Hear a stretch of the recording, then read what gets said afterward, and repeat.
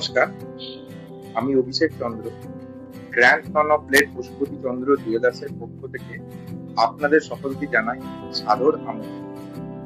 আমরা নিয়ে এসেছি লং নেকলেসের এক অভিনব ডিজাইনের সেট। চলুন দেখে আসি সেই সেটটি কিরকম।